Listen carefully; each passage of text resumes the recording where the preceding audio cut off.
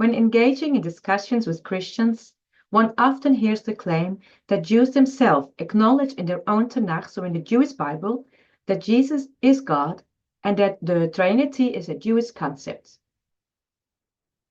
Of course, Jews denying this. One of the verses frequently cited to support this assertion is Isaiah chapter 9, verse 5. So let's look to the verse. Ki ילד יולד לנו, בן ניתן לנו, ותהי המשרה על שכמו, ויקרא שמו פלא יועץ, אל גיבור, אביעד, שר שלום. This normally is translated as the following. For a child is born unto us, a son is given unto us, and the government is upon his shoulder, and his name is called Pele Yoetz, El Gibor, Aviad, Shar Shalom. The claim by some Christians is that this verse referred to Jesus, highlighting titles as Mighty God and Eternal Father. However, when examining the context and the grammar of this verse, a different meaning emerged from the Hebrew text. In the Jewish translation of Isaiah 9, the text uses past tense.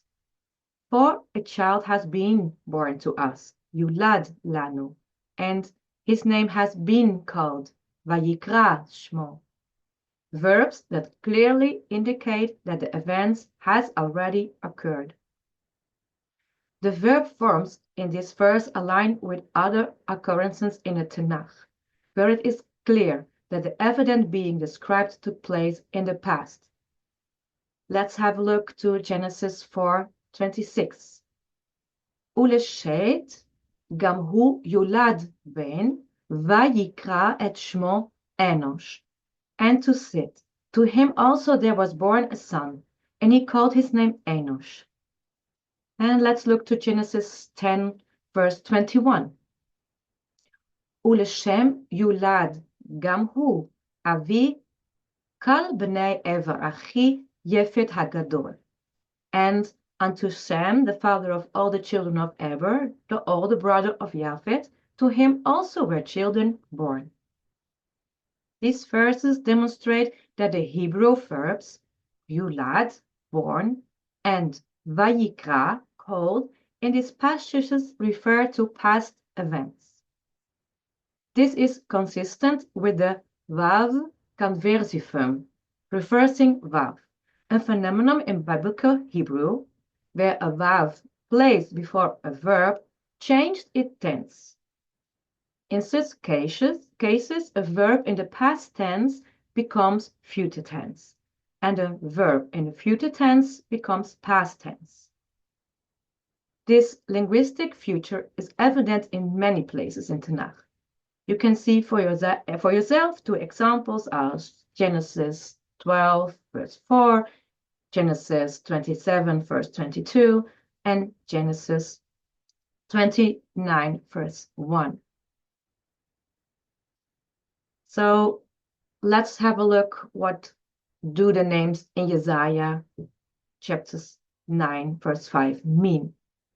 So the Christian claim that these verses describe Jesus is often based on the names given to the future king. Wonderful Counselor, Mighty God, Eternal Father, and Prince of Peace. However, in Jewish tradition, names describing God are often used to emphasize the attributes or the power of a leader, of a king, without implying that the person is divine.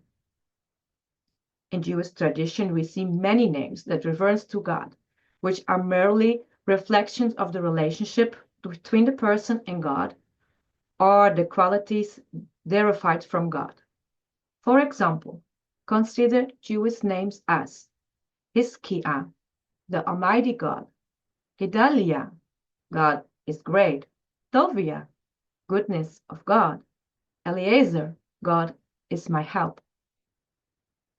The Hebrew word for God is frequently used in Jewish names, but this does not necessarily mean the person holds divine stature. In Isaiah 9, the names can be understood as follows.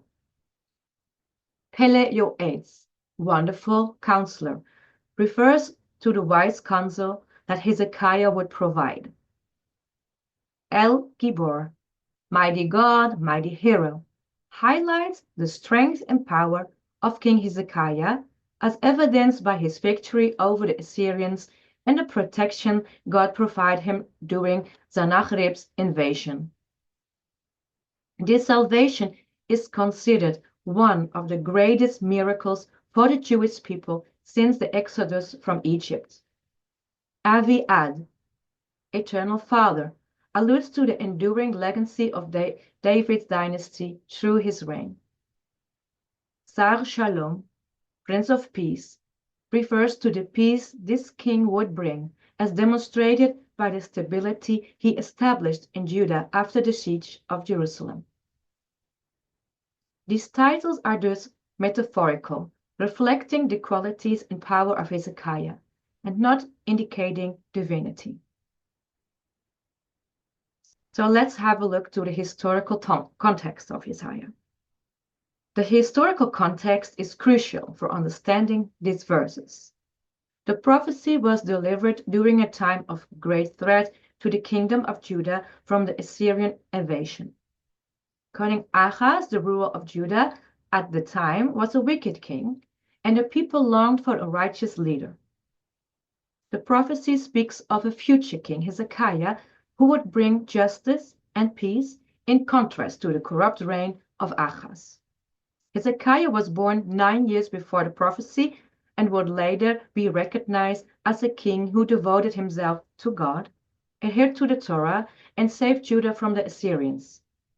In 2 Kings chapter 19 and Isaiah chapter 36-37, detailed accounts describe how God assisted Hezekiah in saving Jerusalem from the siege of King Sennacherib of Assyria. Like I said, and salvation considered one of the greatest miracles for the Jewish people. The names in Isaiah 9 reflect the wonders and power of God that Hezekiah would experience.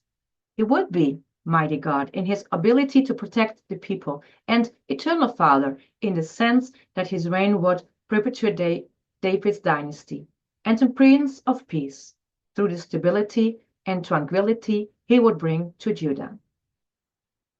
The notion that Isaiah 9 refers to Jesus or Trinity is not merely a misinterpretation of the text from a Jewish perspective.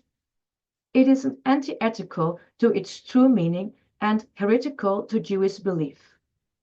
The Hebrew language and historical context make it very clear that these verses refer to King Hezekiah, a righteous ruler chosen by God to deliver Judah from Assyrian threats.